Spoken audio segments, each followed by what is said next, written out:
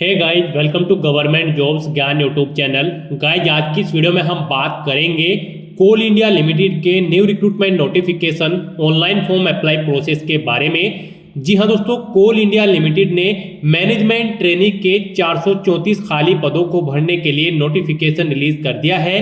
कैसे आप इस भर्ती के लिए अपने फॉर्म अप्लाई कर सकते हो बिना कोई मिस्टेक किए हुए, इसकी पूरी जानकारी हम आपको स्टेप बाय स्टेप रजिस्ट्रेशन से लेकर प्रिंट तक इस वीडियो में देंगे। बस आपको इस वीडियो को स्किप के बिना शुरू से लेकर एंड तक देखना है। उसके बाद वीडियो पसंद आए तो इसे लाइक और शेयर कर दें, चैनल पर नए हो तो इसे सब्सक्राइब कर ले।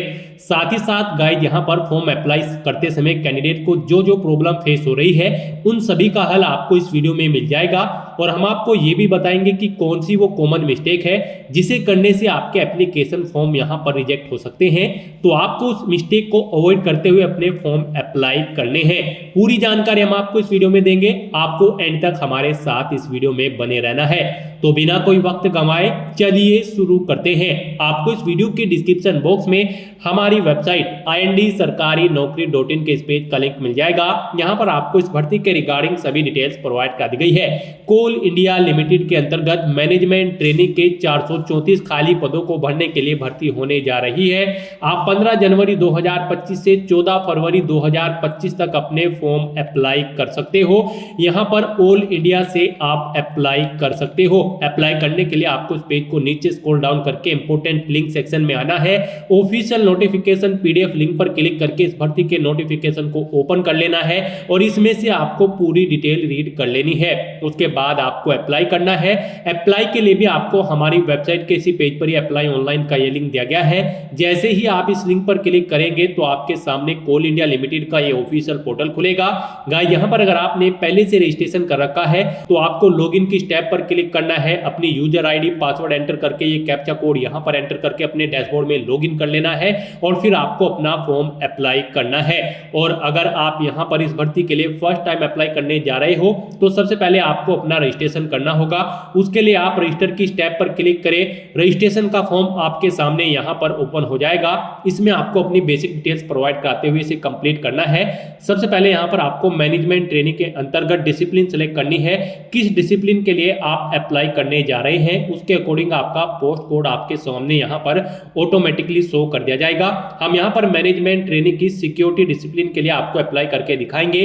बाकी की सब डिसिप्लिन के लिए भी सेम ऐसे ही अप्लाई होगा। तो यहाँ पर पोस्ट नेम सेलेक्ट करने के बाद आपको अपना नाम एंटर करना है। फिर यहाँ पर आपको अपना मोबाइल नंबर एंटर करना है। उसे एक बार फिर से एंटर करके कंफर्म कर लेना है। कोई अल्टरनेट मोबाइल नंबर है तो वो आप एंटर करें और अगर नहीं है तो आप इस कॉलम को खाली छोड़ सकते हैं। फिर यहाँ पर आपको अपना ईमेल एड्रेस एंटर करना है। उसे एक बार फिर से एंटर करके उसे कंफर्म कर लेना है। आपका मोबाइल नंबर और email ID active and valid होने चाहिए। उसके बाद आपको यहाँ पर जनरेट OTP इस ऑप्शन पर क्लिक करना है। जनरेट OTP ऑप्शन पर क्लिक करने के बाद आपको यहाँ पर ये कैप्चा कोड एंटर करना है और सबमिट बटन पर क्लिक कर देना है। उसके बाद आपके रजिस्टर्ड मोबाइल नंबर पर एक OTP आएगा। वो OTP आपको यहाँ पर एंटर करना है। वैलिडेट OTP इस ऑप्शन पर क्लिक करना है और अपना मोबाइल नंबर आपको यहाँ पर वेरीफाई कर लेना है। उसके बाद आपको डिक्लेरेशन सेक्शन में आना है। ये कैप्चा कोड यहाँ पर आपको एंटर करना है। आई एग्री चेकबॉक्स को ओके करना है और फिर आपको रीवेरीफाई इस ऑप्शन पर क्लिक कर देना है।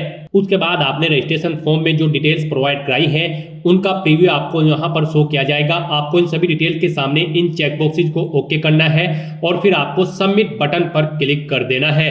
फिर आपको आई एग्री के इस ऑप्शन पर क्लिक करना है। फिर आपको ओके करना है। उसके बाद आपके सामने कुछ इस तरह से इंटरफेस शो होगा। एक रजिस्ट्रेशन नंबर आपको प्रोवाइड करा दिया गया है। ये रजिस्ट्रेशन नंबर और पासवर्ड आपके रजिस्टर्ड मोबाइल नंबर और ईमेल ID पर भी सबमिट किए गए हैं। आपको उन्हें वहां से केयरफुली नोट डाउन करके रख लेना है फ्यूचर यूज के लिए। और यहाँ पर अब आपको क्लोज के इस बटन पर क्लिक करना है। आपके सामने कुछ इस तरह से इंटरफेस ओपन होगा। अब यहाँ पर आपको गो टू एप्लीकेशन इस ऑप्शन पर क्लिक करना है। नेक्स्ट आपके सामने आपका एप्लीकेशन फॉर्म ओपन हो जाएगा। यहाँ पर अब आपको अपना फॉर्म अप्लाई करना है। आपको अपना जेंडर सेलेक्ट करना है सबसे पहले। उसके बाद आपको अपनी डेट ऑफ बर्थ यहाँ पर सिलेक्ट करनी है। अपनी नेशनैलिटी यहाँ पर आप सिलेक्ट करें, a citizen of India.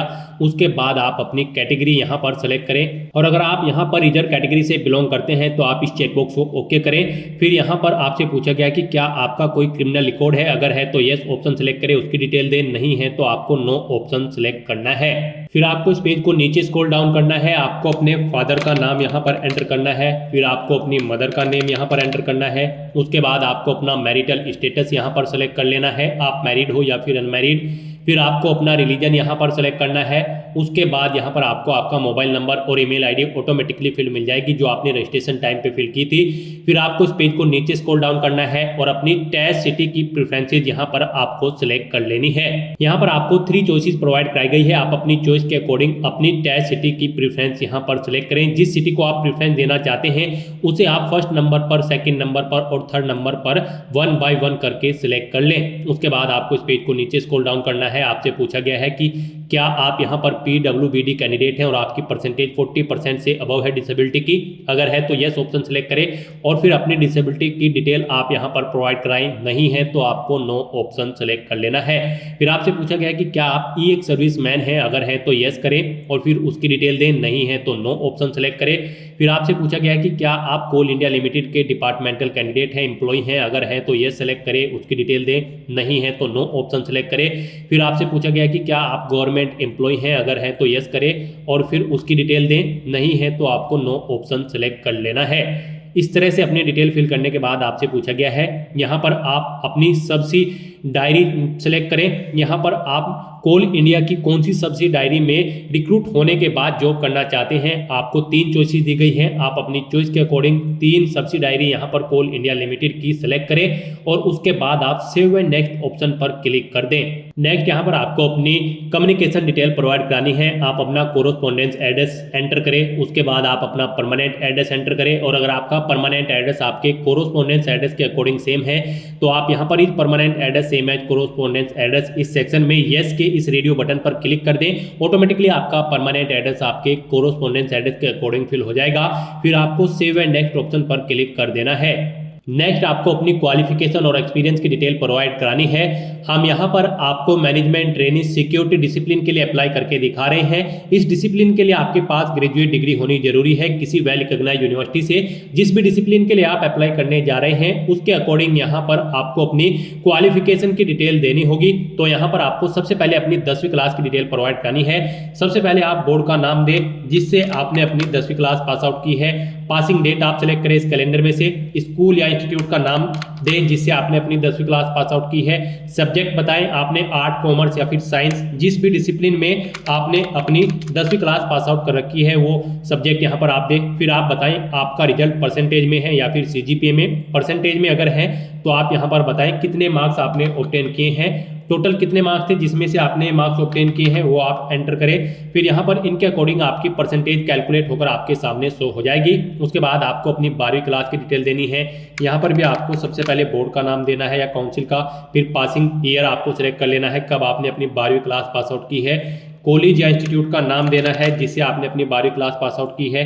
Subject देने हैं साइंस, कॉमर्स या फिर आर्ट, जिसमें भी आपने अपनी 10वीं क्लास पास आउट की है वो यहाँ पर आप सब्जेक्ट्स दें। फिर आपको बताना है आपके मार्क्स परसेंटेज में है या फिर CGPA में है। परसेंटेज में अगर है तो आप बताएं कितने मार्क्स आपने ऑब्टेन किए हैं, टोटल कितने मार्क्स थे जिसमें से आपने मार्क्स ऑब्टेन किए हैं, इनके अकॉर्डिंग आपकी परसेंटेज कैलकुलेट होकर आ जाएगी।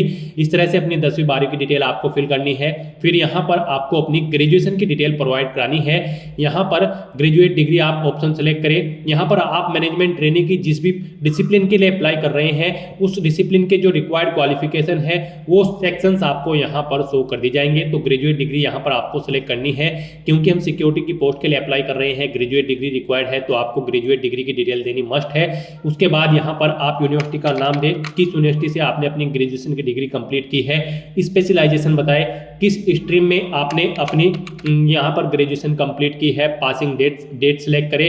फिर आप बताएं आपके मार्क्स परसेंटेज में थे या फिर CGPA में। परसेंटेज में अगर हैं तो बताएं कितने मार्क्स आपने ऑब्टेन किए हैं, टोटल कितने मार्क्स थे जिसमें से आपने मार्क्स ऑब्टेन किए हैं, इनके अकॉर्डिंग आपकी परसेंटेज कैलकुलेट होकर यहाँ पर शो कर दी जाएगी। उसके बाद अगर आपने कोई पोस्ट ग्रेजुएशन की डिग्री कर रखी है तो उसकी डिटेल भी आप सेम ऐसे ही प्रोवाइड करा सकते हैं। कोई अलग करिकुलर एक्टिविटीज है तो उसकी डिटेल आप यहाँ पर प्रोवाइड करा सकते हैं, नहीं है तो आप इस सेक्शन को इन सेक्शन को खाली छोड़ सकते हैं।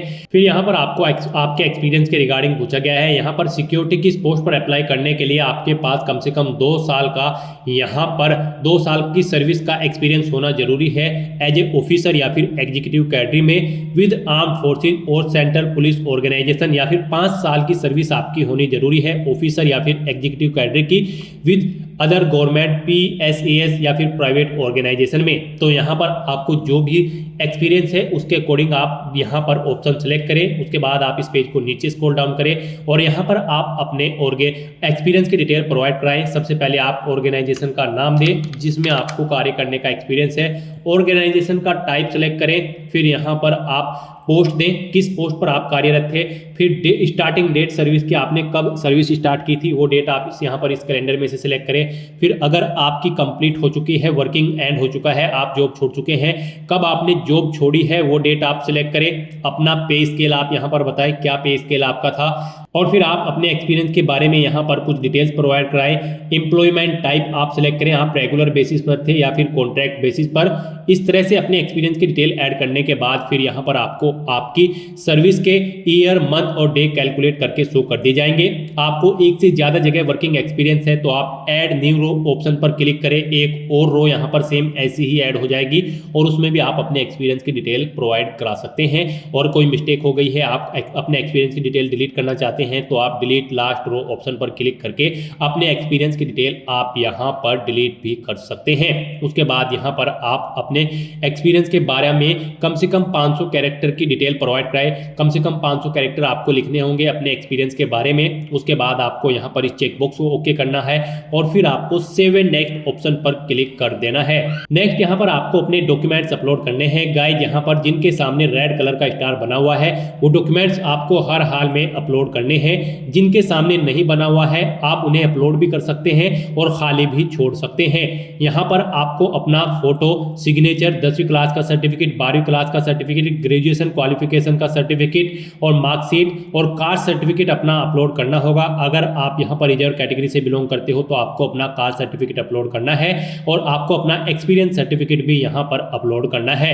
आपको पर्टिकुलर डॉक्यूमेंट के सामने क्लिक हियर टू अपलोड के लिंक पर क्लिक करना है। उसके बाद यहाँ पर उस डॉक्यूमेंट की गाइडलाइन आपको प्रोवाइड करा दी जाएगी।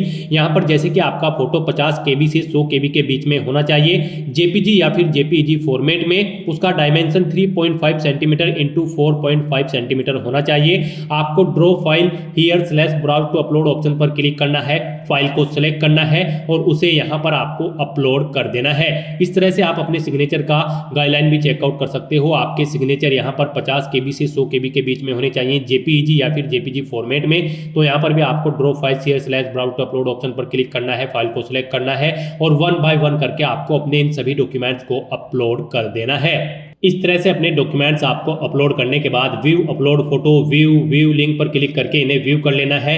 उसके बाद आपको यहाँ पर इस पेज को नीचे स्क्रॉल डाउन करना है। यहाँ पर आपको आपकी कैटेगरी के अकॉर्डिंग एप्लीकेशन फीस का अमाउंट शो कर दिया जाएगा। गाइस यहाँ पर अगर आप जनरल OBC कैंडिडेट हैं तो आपको 1180 रुपये फीस के रूप में जमा कराने होंगे और अगर आप SC ST PH कैंडिडेट हैं तो आपको कोई फीस जमा नहीं करानी है।